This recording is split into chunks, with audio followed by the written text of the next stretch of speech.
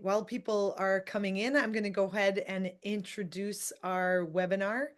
This is Great Lakes Freshwater Symposium, Powering Progress or Peril, the Hidden Environmental Costs of AI Data Centers.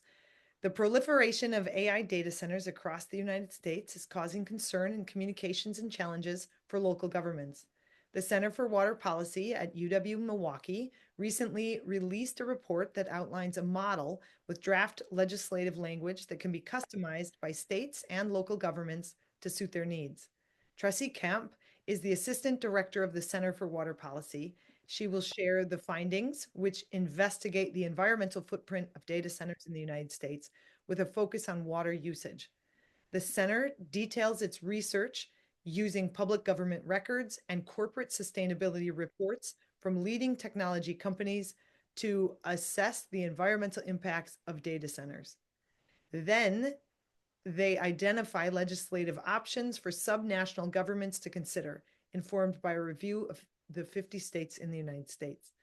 This event is part of the online Great Lakes Freshwater Symposium series, which is a partnership between the Freshwater Collaborative of Wisconsin, the Great Lakes Higher Education Consortium, and the Council for the Great Lakes. And I want to remind all attendees to please put your questions in the Q&A section of the webinar. Please take it away, Tressie. Well, thank you, Marissa and Heidi, the collaborative and the consortium as well. Appreciate the invite to speak today. I'm really looking forward to sharing the Center for Water Policy's research on AI data centers and their impacts. We have been conducting academic research on water policy dilemmas, and we produce peer-reviewed articles for a variety of audiences, everyone from the general public, academia, educators, and government decision makers. We've been researching the water demands of these AI data centers for a little over 2 years now. Began by researching the water and energy demands of these facilities. Our more recent second phase of research involves a 50-state review of legislation regulating this rapidly emerging industry. The research that I will discuss today, that Marissa briefly introduced, is the hard work of key collaborators on both phases of this research. In the interest of time, there are names of certain collaborators on my final slide. I want to thank both current and past center staff. In addition, I'd like to thank some external contributors too, law students from University of Wisconsin Law Student. And we were also very fortunate to work with an interested group of NGOs and other external stakeholders who provided feedback on our legislative model. I will take us. Sorry. I will just jump right back in. Please interrupt me again, Heidi, if there continues to be an issue. Okay. So I'll start with a quick overview of our presentation. I'll give a background on these AI data centers. I'll discuss these facilities' electricity and water demands. I'll put this all in the context of the Great Lakes region, which I know is important for this audience. I'll discuss our research methods specifically. I'll reference a lack of transparency in government records that have led to some of the challenges that I'll discuss today. I will discuss some of the sustainability reporting that we used as part of our research findings. I will discuss one of several case studies the center has done and discuss the Mount Pleasant or Racine facility. I'll close with our most recent work on legislative options for subnational governments to regulate this industry. With that, since I'm trying to focus on my slides and not the chat, Heidi, have you gotten any further feedback on echo or any other issues? It looks like we're good. It sounds like a couple people, it opened in their web browser and app, and that's why they were getting the feedback. So I think we're good. Perfect. Well, I'm glad you interrupted to let me know. All right, so as I was telling Heidi before we started, the center has been on a bit of a lecturing circuit about this topic. So have many stakeholders who are working in and tracking this industry. Even in the time that we've been doing our presentations, we have had more and more folks who come to the presentations with a background and understanding of data centers. But certainly to me, as I joined the research team, this issue was something that I needed to spend some time understanding really at a 10,000 foot level. So I will give some background on what a data center is. A data center is a facility that contains IT infrastructure such as servers, routers, and storage systems. These, as we know, are essential for us to do many of our everyday tasks, things like sending emails, surfing the web, storing our photos and videos. That's certainly not an exhaustive list.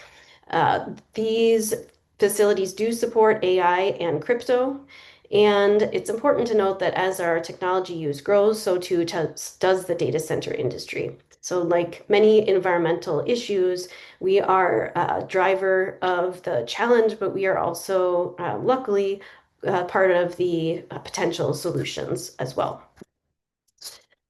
The United States is the leader in the number of data centers worldwide. We have about 4,000. That's as of February 2026. So with this issue particularly, that number is likely increased.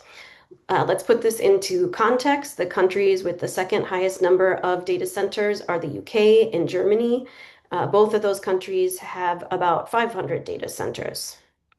In the United States, although again, this is rapidly changing, Northern Virginia is the most data center saturated area. You can see on the concentration map here, we are looking at over 300 data centers in Northern Virginia. I will note before I move on, there are many different sizes of data centers. They've been in our communities for quite a while at smaller sizes in a way that perhaps we have not recognized. Many on the map, sorry about that many on the map that we're looking at here are fairly small operations that you may not notice even driving by. As our computing needs have grown, though, so too have the sizes of these facilities, and as a result, their need for land, electricity, and water. AI and crypto are two major contributors to this growth. In 2024, just as one example, the total energy used by all 1,230 data centers in top US locations was 10.7 gigawatts. But in comparison, in 2025, OpenAI announced plans for an overarching AI infrastructure platform of at least 5 data center sites. That was their Stargate plan with 10 gigawatts of capacity. To be clear, for our research and for my presentation today, I'll be focusing on what we call hyperscale or AI data centers. We'll start with water demands.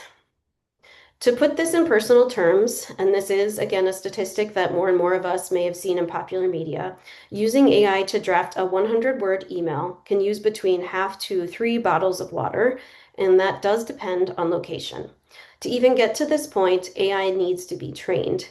A team of researchers estimated that 22 million liters of water were used to train Meta's AI model. As shown on this pie chart, according to a 2024 report from the Lawrence Berkeley National Lab to US Congress, in 2023, data centers are estimated to have directly consumed approximately 17 billion gallons of water. That's the small blue pie chunk that I would give to someone else and keep the orange pie for myself.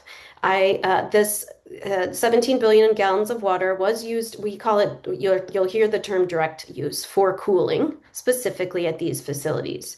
The bigger orange piece that I would keep for myself, if this were pie, is indirect consumption, and that's to produce electricity to power these data centers.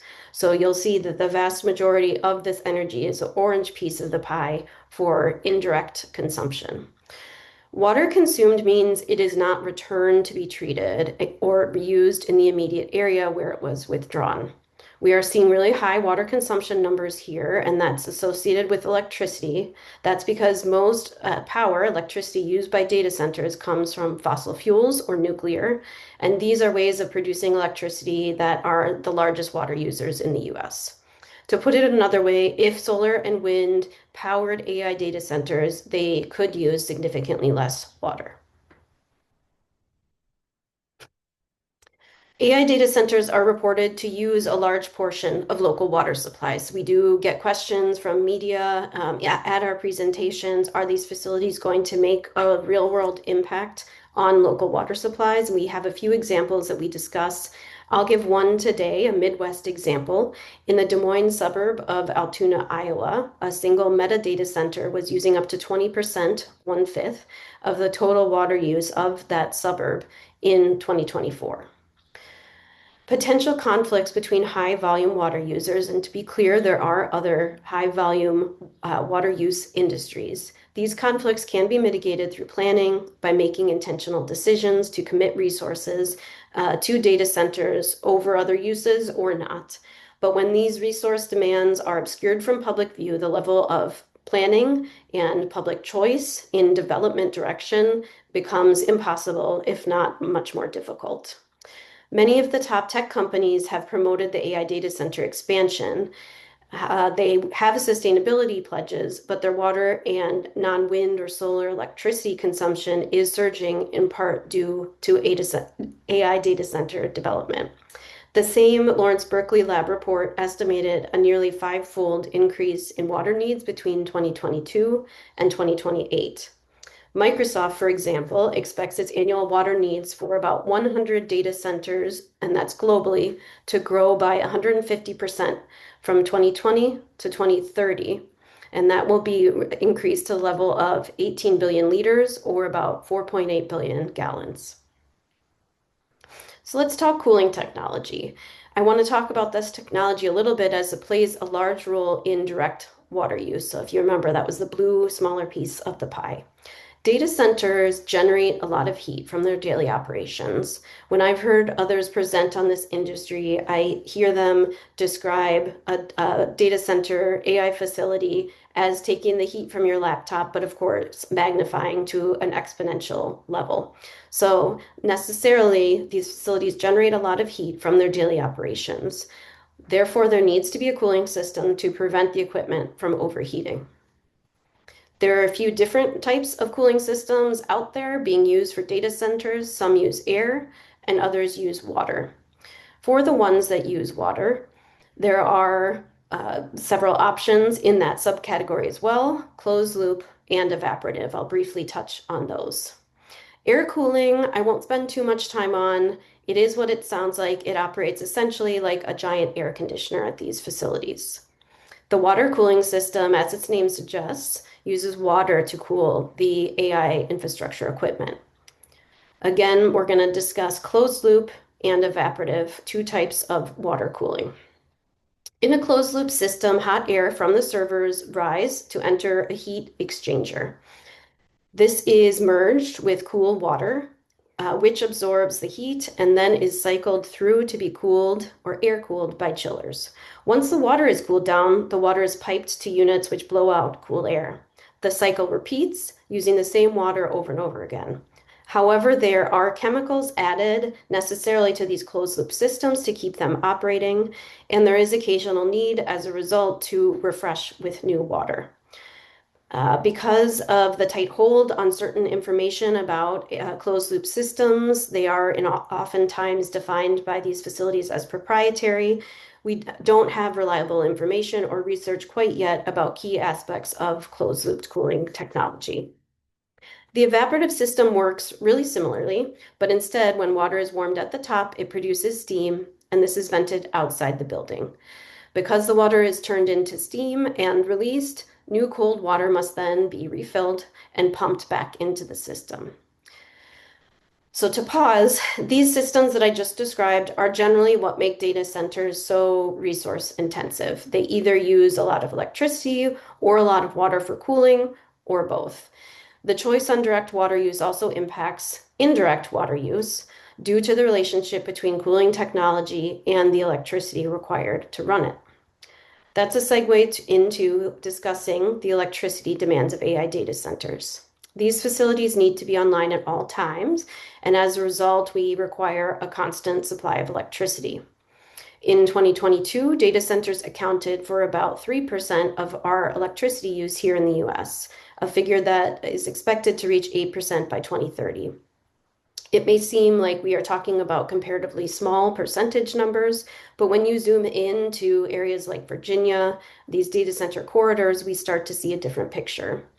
Virginia, again, as just one example, is home to 13% of the world's data center operational capacity and 25% of capacity for the US. These facilities in Virginia use almost the same amount of energy needed to power about 60% of all residential homes in the state. With the growth of this industry, facilities may need 1 or more gigawatt of power at peak demand. For non-scientists like me, to put that into comparative terms, a year at this 1 gigawatt level of consumption is twice as much as Pittsburgh's residential consumption in 2023. So one thing we talk about is sustainability. Currently, renewable energy is too intermittent to meet the constant energy demands of data centers. It can be contrary to climate and economic goals, but fossil fuels are the primary source of power to meet these 24/7 electricity demands of AI data centers. For example, in Omaha, Nebraska, pictured here, a coal power plant was slated to be decommissioned, but the life of the coal plant was extended to meet the energy demands of data centers in the area. This coal plant is near a low income and largely minority neighborhood that has some of the worst air pollution already and some of the highest rates of asthma in the region. So we're looking at local impacts that exceed and are much more different and diverse than we may realize at first blush. A research team at Cornell University determined that by 2030, the rate of AI growth in the US would put an additional 24 to 44 million metric tons of CO2 or carbon dioxide into our atmosphere and use as much water as 6 to 10 million Americans annually. Let's look regionally at this industry. The Great Lakes are, of course, a specific topic for us at the Center for Water Policy, and I know for many of you here. But it is a good time coming off of Earth Day to discuss what we're all aware of, which is the Great Lakes as such an important resource for many, a shared multi-state and multinational resource, bordering 8 different US states, 2 Canadian provinces, and many First Nations. The Great Lakes hold about 85% of our fresh surface water in the US. In North America. The waters are shared by 40 million people for their drinking water specifically. This water cools numerous power plants and is the foundation of Great Lakes communities and industries, ranging from everything from paper products to brewing. The states and provinces crafted a historic Great Lakes St. Lawrence River Compact and Agreement almost 20 years ago now, which is hard to believe. This established regulations for using these waters and shared monitoring and reporting platforms to start to gain a big picture regional view of the data around water uses in the Great Lakes. In 2024, we started to see hyperscale or AI data centers proposed in our region. At the center, researchers set out to understand the implications of this new industry for the use of our shared waters. Most of what we knew when we started this research came from investigative journalism, or in other words, we were pursuing a novel area for academic research. As this graph for Walden Cooper shows on the right side of my slide here, the energy demands of current and future data centers in the Great Lakes region are anticipated to double or even triple in some cases due to the high energy demands of these large computational facilities in the Great Lakes region. We benefit from a relatively cool climate.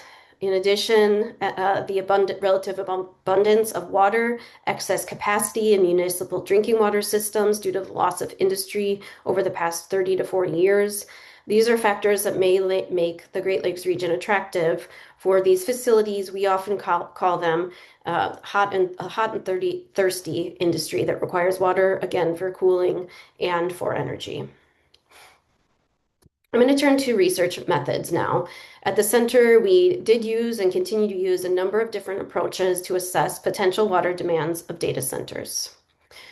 We started by looking at available government records to try and analyze water supply and discharges of a data center. We hoped to use this information to see a national picture of how much water a particular data center may use.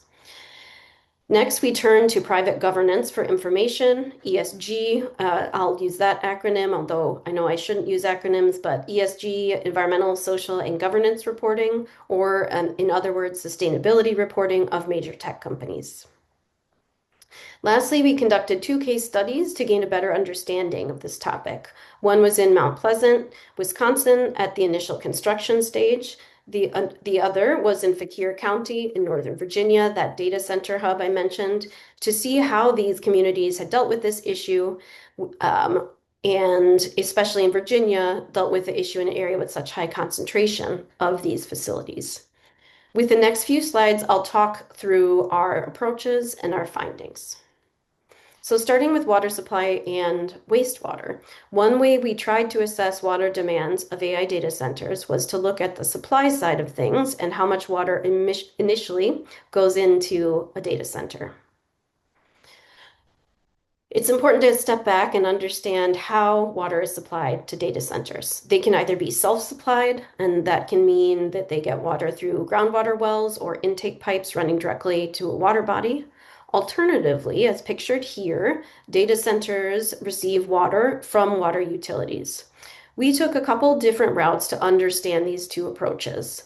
We looked at water discharge permits, or called common NIPDES permits, and the information on those permits is available through EPA database. Many of you may use this ECHO database. We made a public records request to water utilities in Virginia, and we searched the Great Lakes Regional Database. At the high level, I'll say that we found very little in the wastewater records. It seemed that data centers did not have permits for direct discharges of water generally. So perhaps these facilities were discharging instead to municipal wastewater treatment plants. We sent records requests to water utilities in Virginia. We asked for information about how much water was being supplied to these data centers through drinking water utilities. We had to first research and identify specific data center facilities. We had to verify the utility that would be connected or supplying the water to these data centers. And finally, we had to draft and send open records requests to each utility requesting water use data. We received responses that under Virginia law, because we are not Virginia residents, we were not entitled to receive this water use information. This highlights one of several transparency and other barriers to accessing public records like this. Ultimately, we obtained data through a collaboration with colleagues in Virginia who were citizens of the state. So the figure to the right here shows monthly water use in Loudoun County between 2019 and 2024. And again, this is in Virginia. Shows a general trend of increased water use over time. And you also see a seasonal pattern. At peak water use in August, there's an approximately 101 billion gallon increase. And that's between, again, 2019 and 24. The greatest water use occurs between July and September, with peak monthly usage in August annually. And of course, this correlates with the warmest month of the year and shows how outdoor air temperature is so intertwined with the water needs for cooling at these AI data centers.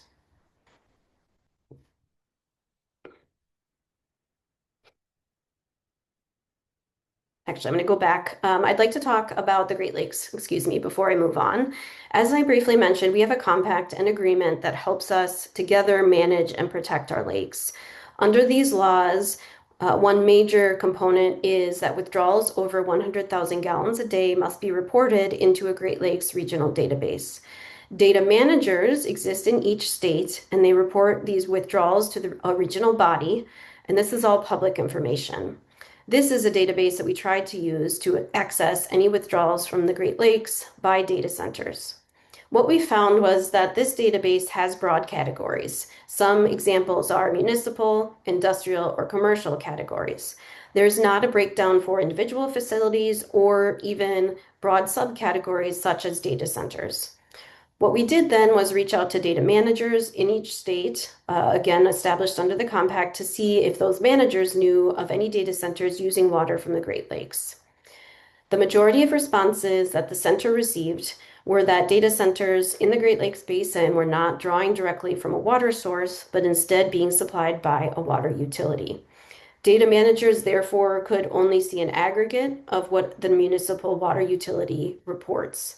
To get specific data about any AI data center, we'd have to contact the utility directly and request specific information. Similarly to what I just described, the process was for us in Virginia. That example showed how this may be a long and complex process to obtain facility-specific data. Now I'll move on to key takeaways from public records. First, it is important to understand the available government public records for water usage. However, we found when reviewing those records that these data centers were considered customers, and that's customers of the water utility, not considered direct permit holders. The records were fragmented. There's a lack of a national or regional database with specific information on water supply or wastewater for this industry. And finally, a better picture of water use at these facilities would require many records requests of individual water utilities. As we discussed, those piecemeal requests are can be an incomplete and complex solution. Having covered these public records report, I will move into private reporting. As I introduced, another method that we use to assess data center resource needs was evaluating ESG reports.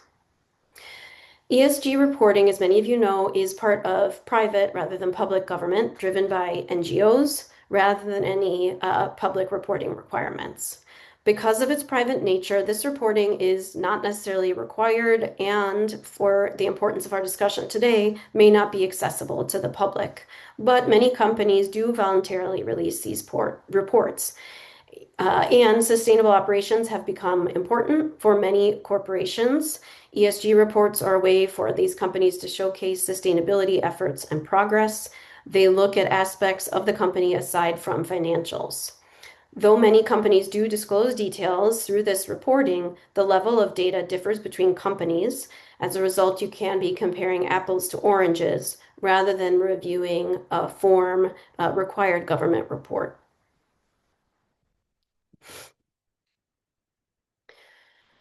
We looked at 6 top tech companies with data centers from the years 2019 to 2023.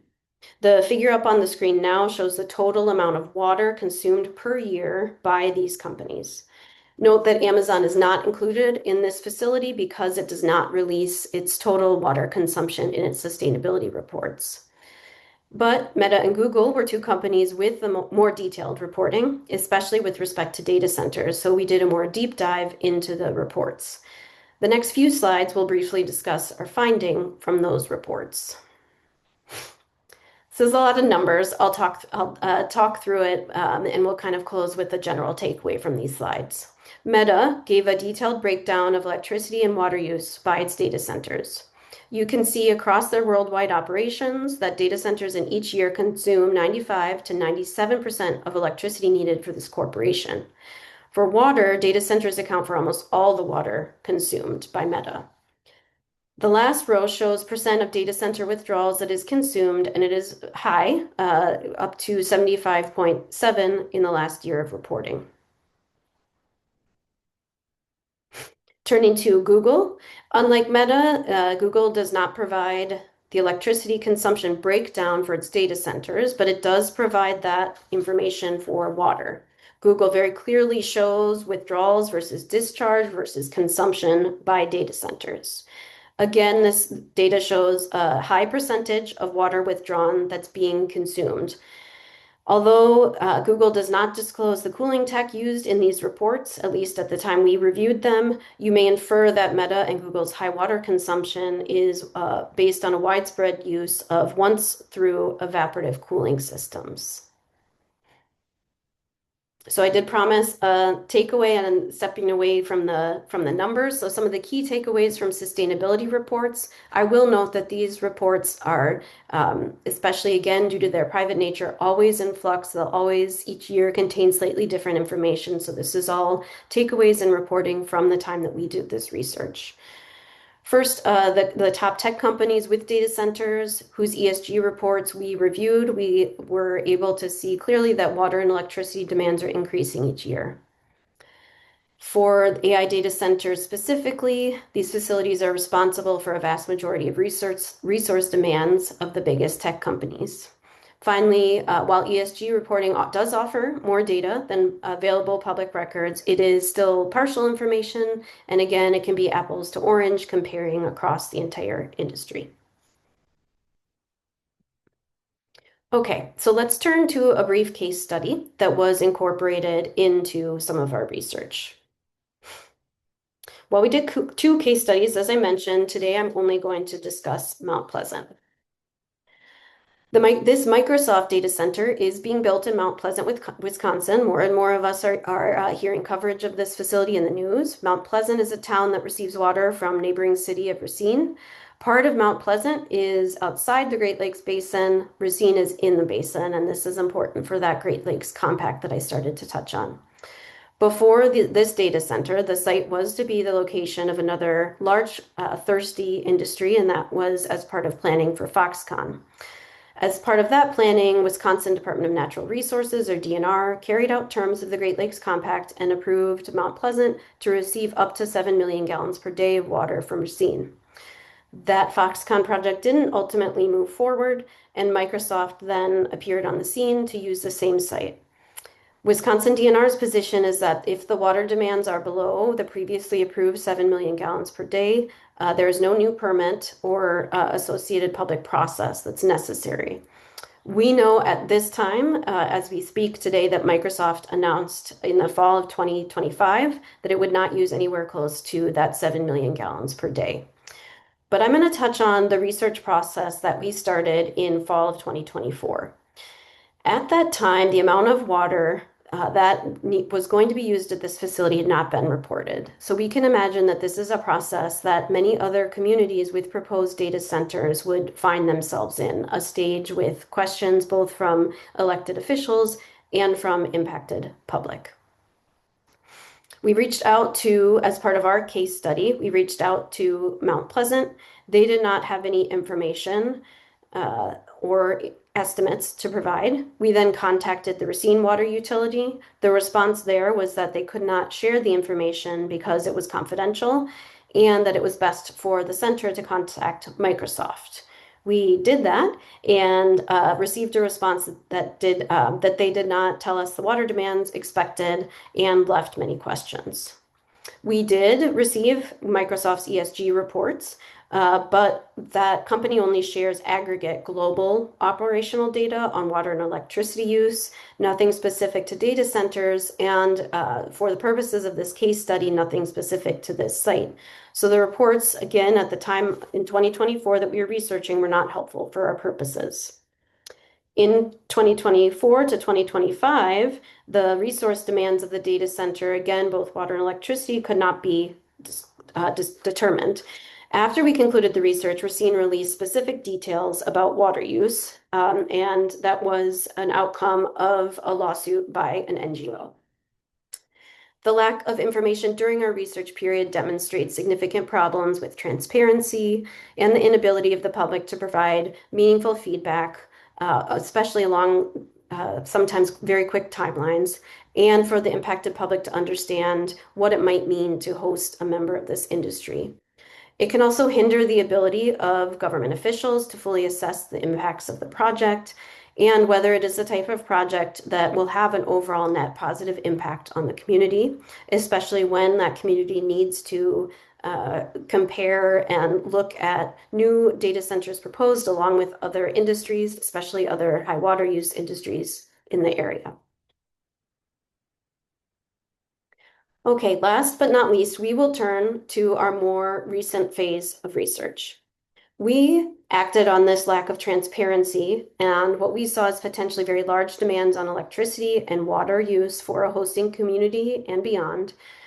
So we moved to working on evaluating potential legislative responses to this, again, rapidly emerging industry. One of our recent law grads and attorneys at Center for Water Policy conducted a 50-state review of proposed and enacted legislation that affected AI data center development. Based on this review, the center team developed a legislative model, and it was organized around 5 overarching legislative goals. These goals reflect key issues of public concern and capture the range of legislative responses that are currently emerging, again, US-wide. Rather than mirroring a single state framework, the model draws on approaches from multiple states, sometimes local governments, and where appropriate, incorporates original draft provisions, from center staff to address gaps that we've identified and reflect better practices. Whenever we talk about our model, we do want to stress that it is a tiered menu of legislative options. While these form a comprehensive legislative package, each option is also built as a standalone option. They are functioned to create a response depending on a state or local government's priorities and context and political reality. While our work is grounded in the rapid growth of the AI data center industry that I focused on today, many of the proposed legislative responses are intentionally structured so states may choose to apply them more broadly. In other words, to all large water and electricity users. It's important for us to note and consider other large water use industries, semiconductors, and things like that. There are communities that want to ensure consistent treatment of all high-impact research users across sectors and avoid creating an AI-specific carve-out if, again, at a community or state-specific level, a broader approach is more appropriate. So I'm going to start by walking through each of those 5 goals that I mentioned. And on the next slide, I will outline some specific legislative responses that states and, in some cases, local governments can take to achieve these goals. In reviewing the US-wide responses to this emerging industry, we winnowed down 5 goals. The first goal was improving comprehensive planning. The second was increasing transparency and public disclosure. The third was to protect ratepayers from bearing increased utility costs. So you'll see that goals 1 through 3 are really about public transparency, public protection. We're looking beyond more traditional environmental issues here. Then we get to goal 4, establishing energy and water efficiency prerequisites for AI data centers as conditions for permit approval or eligibility for tax exemptions. Finally, goal 5 is to increase funding for water management and conservation. So now I'm going to walk through some of the specific legislative models under each of these goals. And I will note, I believe in the Zoom invite, we provided a link to our legislative model. Each of these subheadings correspond to specific drafted language that stakeholders and subnational governments can take, whether as a copy-paste or just as a starting point to craft a potential solution for their community. After identifying our 5 goals, we wanted to articulate legislative responses to meet these goals. I will very briefly describe the options we're seeing emerge as viable. And again, we've made all this information publicly accessible. For goal 1, states may improve comprehensive planning with several responses. They can enact a moratoria that pauses a new siting of AI data centers until the state regulations can catch up to this emerging industry. This could stand alone or even be tied into other responses. Also under goal 1, we can require a statewide cumulative impact assessment prior to any permit being approved or contract signed with a member of the industry. And third, we can recommend collaborating with neighboring states in a particular region. Great Lakes Basin is a great consideration for this audience, and we could consider implementing a regional cumulative impact assessment. Goal 2 We may increase disclosure and provide more transparency through several legislative responses. We can prohibit government officials from signing non-disclosure agreements. We've seen communities in Wisconsin vary widely in their response to this issue. Some communities have signed NDAs, some have committed not to. We can require AI data centers to make upfront disclosures of energy, water, and other natural resources use and projections prior to receiving any project approval. And we can require AI data centers to submit ongoing reports on resource use and other metrics important to the state or local government once these facilities are up and running. For goal 3, states may protect ratepayers from bearing increased utility costs through several legislative responses. The first is to ensure that high demand customers, again, AI data centers, but also other instances as well, potentially pay the full costs of electricity, which includes building more infrastructure to support the infrastructure demand that we've discussed today. And second, we can ensure that high demand customers pay the full costs of water service, and that includes wastewater treatment. Goal 4, states and subnational governments other subnational governments can establish energy and water efficiency prerequisites as conditions for permit approval, or again, to be eligible for tax exemptions through 2 legislative responses, at least. First, establish a renewable energy requirement, and second, we can require recycled wastewater to be used for cooling instead of purified drinking water.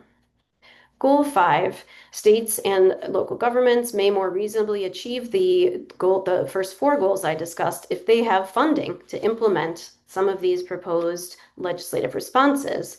And then we can overall enhance a state's natural resources and ability to respond to new and emerging environmental issues. A legislative response under this goal is to create a funding mechanism paid by AI data centers. So that's a lot. And we've had good feedback to our legislative model that's publicly available. We hope that it's useful to a wide variety of audiences with a wide variety of priorities. Talking through that, I will end with some conclusions. First, energy and water demands of AI data centers are significant and growing. We are going to have to tackle, along with decision makers and members of the industry, a lack of accessibility and transparency.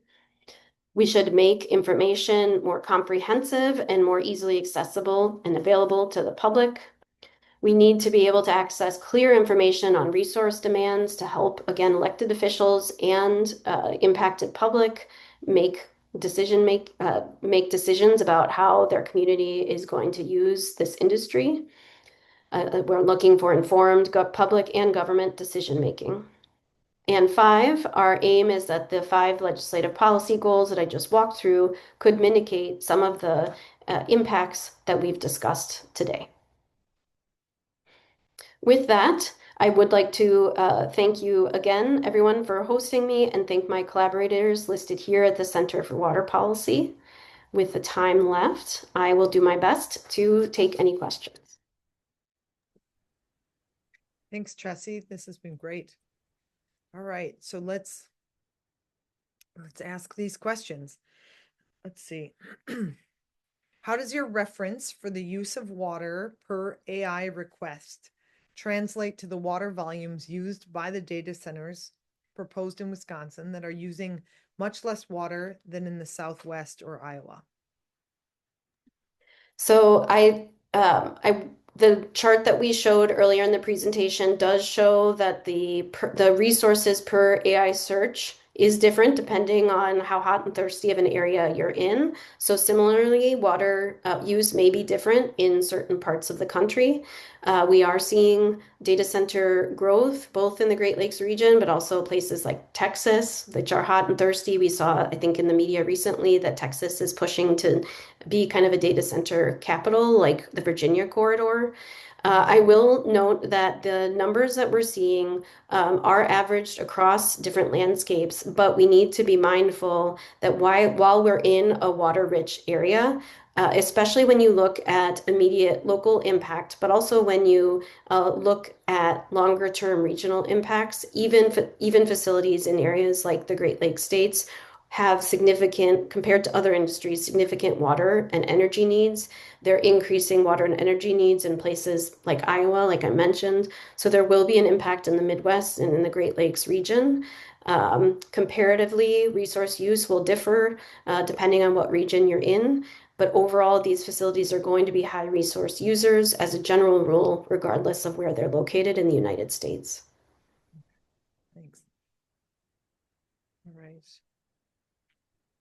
This is a two-parter. Are data centers being more efficient around water and energy use? And number two, can energy use for AI be broken down to know if the AI users are home private users versus businesses versus, refining the models? So basically, can it be broken down? All right, I'll answer that last question first, and then Marissa, I may need a refresher of the first part of it.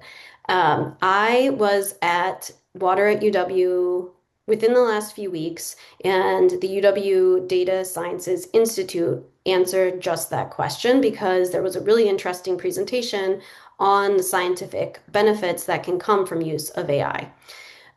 So my understanding is that at this point, Data Sciences Institute, which is an expert in answering some of the questions exactly like I just heard, at this point there is not a breakdown between home users and users, in labs, science use, industry use, etc.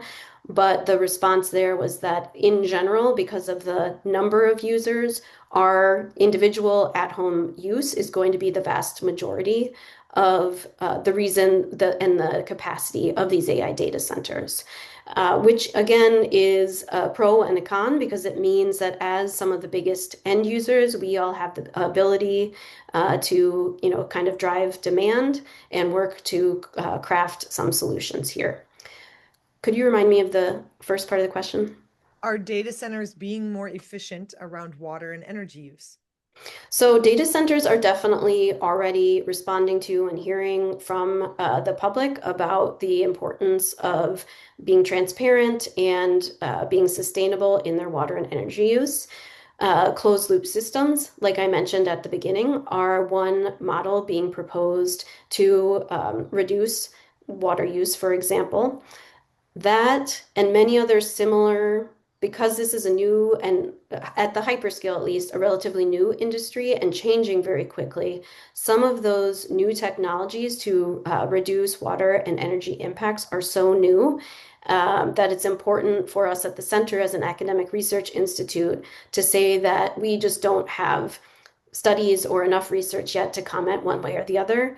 We are seeing demand drive sustainability solutions like closed loop systems. We're just not at a place where we know what the reduction in impacts will be as a result of those systems. They're certainly out there and continuing to be explored at a very quick rate in the industry. Great. This next question is, the question is, why didn't you ask the Great Lakes states for municipality-specific records where there are data centers? I would rephrase it to even say, were you able to talk to those municipalities where there were data centers? So part of the Mount Pleasant case study was us trying to reach out directly to Mount Pleasant and the municipality and the facility there to try to get information. So yes, that's definitely part of a potential solution. However, we did see in response to our request from Microsoft, again, back in 2024, so some of this has changed, but there are continuing issues around confidentiality and trade secret allegations. So it has taken and may continue to take lawsuits or other actions, encouragement to try to more easily get information directly from utilities. Okay, thanks. What is it that makes AI data centers qualitatively or categorically different from traditional data centers? Is it just a matter of scale, or are the AI data centers fundamentally different? So again, when I have heard presentations from folks like the UW Data Sciences Institute, the really vast and primary factor is scale. And it really can be seen even in kind of a drive-through communities with data centers. The smaller facilities that may have been around, I talked to a consultant who helped with data center permitting for smaller facilities, for example, back in 2016. You could drive by and it wouldn't look different than any other industry. That's a very different experience than the scale of the facilities that we are seeing today. I will, if it's okay, Marissa, go back to the question on water and energy use reductions and point out that technologies like closed looped, we're still looking at really high electricity demands for those facilities. And those indirect, electricity demands are really the biggest part of the pie chart that we talked through. So we'll really need to continue pushing for sustainability, both for water use and energy use.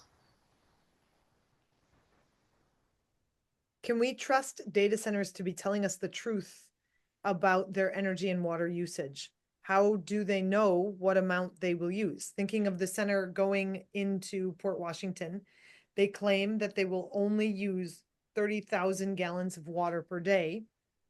That seems both high and low. What are your thoughts? Yeah, I think each community's relationship and experience with a member of the data center industry is going to be different. As there are more states and more local governments that have responded to these facilities, they all have different stories, and I I won't necessarily comment on those stories as kind of a member of the research and academic sector. What I will say, and that I hope was conveyed in the presentation today, is that we are dealing with a complexity in these numbers, right? So we may be hearing numbers where a data center knows that they're just talking about the small piece of the pie and about their direct use. And instead, we may need a bigger, and we do need a bigger picture of the direct and indirect use. So whether it's a question of honesty or just a question of needing to ask for the right information, I would say that, yes, there are always going to be opportunities for the industry to be more transparent.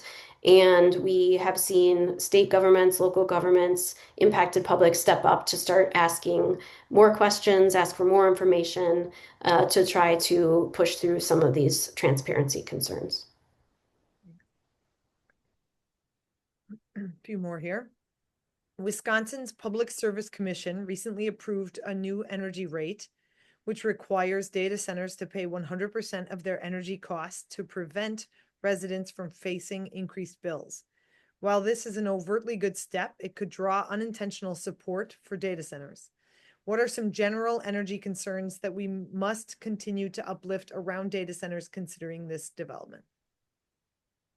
So we'll definitely acknowledge the importance of that development and how it was kind of, it's at the beginning or at the front of the curve here. Um, I do think elected officials are mindful, or some elected officials are mindful of the full suite of impacts. So the announcement from PSC got to, for example, one of our legislative goals of protecting taxpayers. But I do think that more and more elected officials and public members are talking about a wide array of impacts, and that the other pieces of of our legislative model that incorporate all of the review that we did in the 50 states show that tax ratepayer protection is one way of explaining the impact of facilities, but part of the story. And I am confident that with tools like our legislative model and other stakeholders working in this area, that we'll continue to make sure that we talk about the full suite of questions and concerns that surround this emerging industry.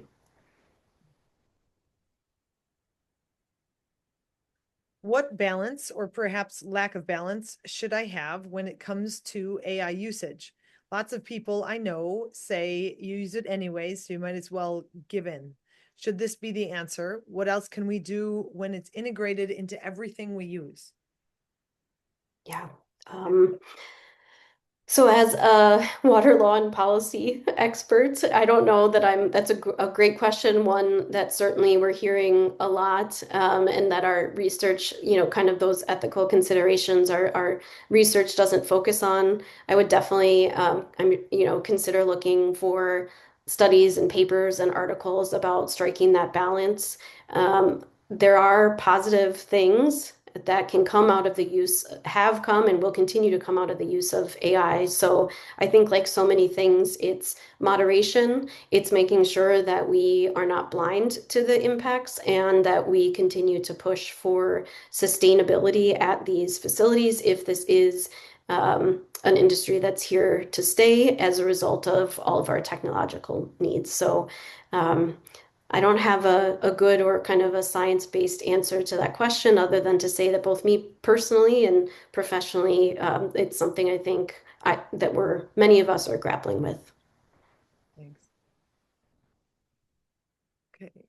Thanks for your great work. As water demand increases, are data centers likely to relocate from freshwater sources to coastal areas and utilize seawater desalination for cooling?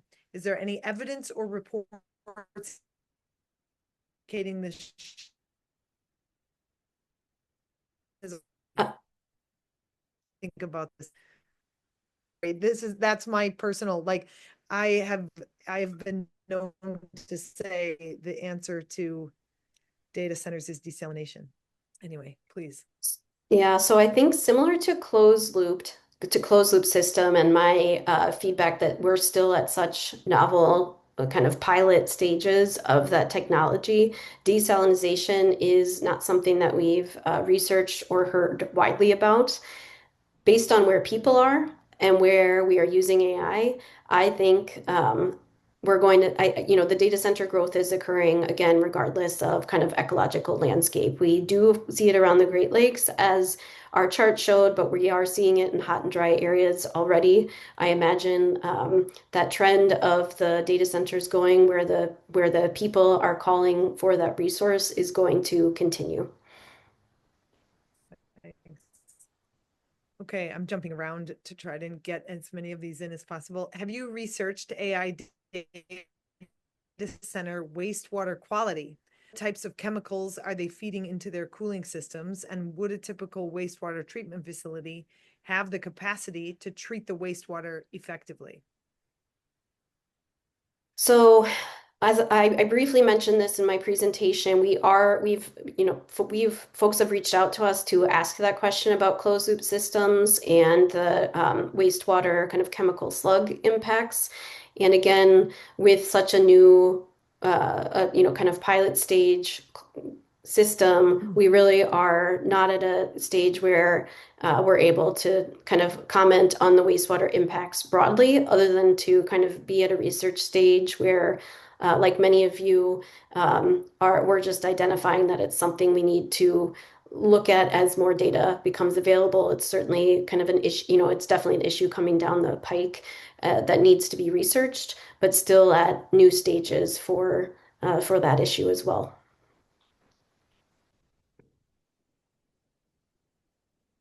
Okay. All right. Some of these centers have on-site backup generators in case the electricity supply is interrupted.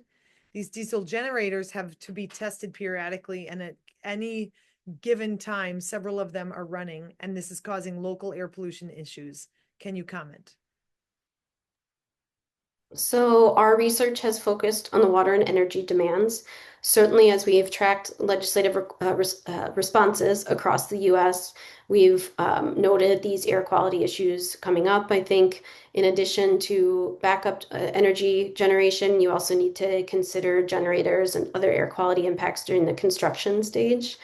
But beyond, again, flagging this as an issue that we all need to be mindful of and the scientific community needs to be researching and looking into, our focus to date has been water and energy impacts. Well, thank you so much. We're at time. There are a few more questions, but I'm sure I'm very grateful to everyone for participating. Thank you, Tressie, for the great presentation and Thank you all participants for being so engaged with the Q&A afterwards. And we hope to stay engaged in this topic as time goes on. So thanks again, and I wish you all a happy Thursday.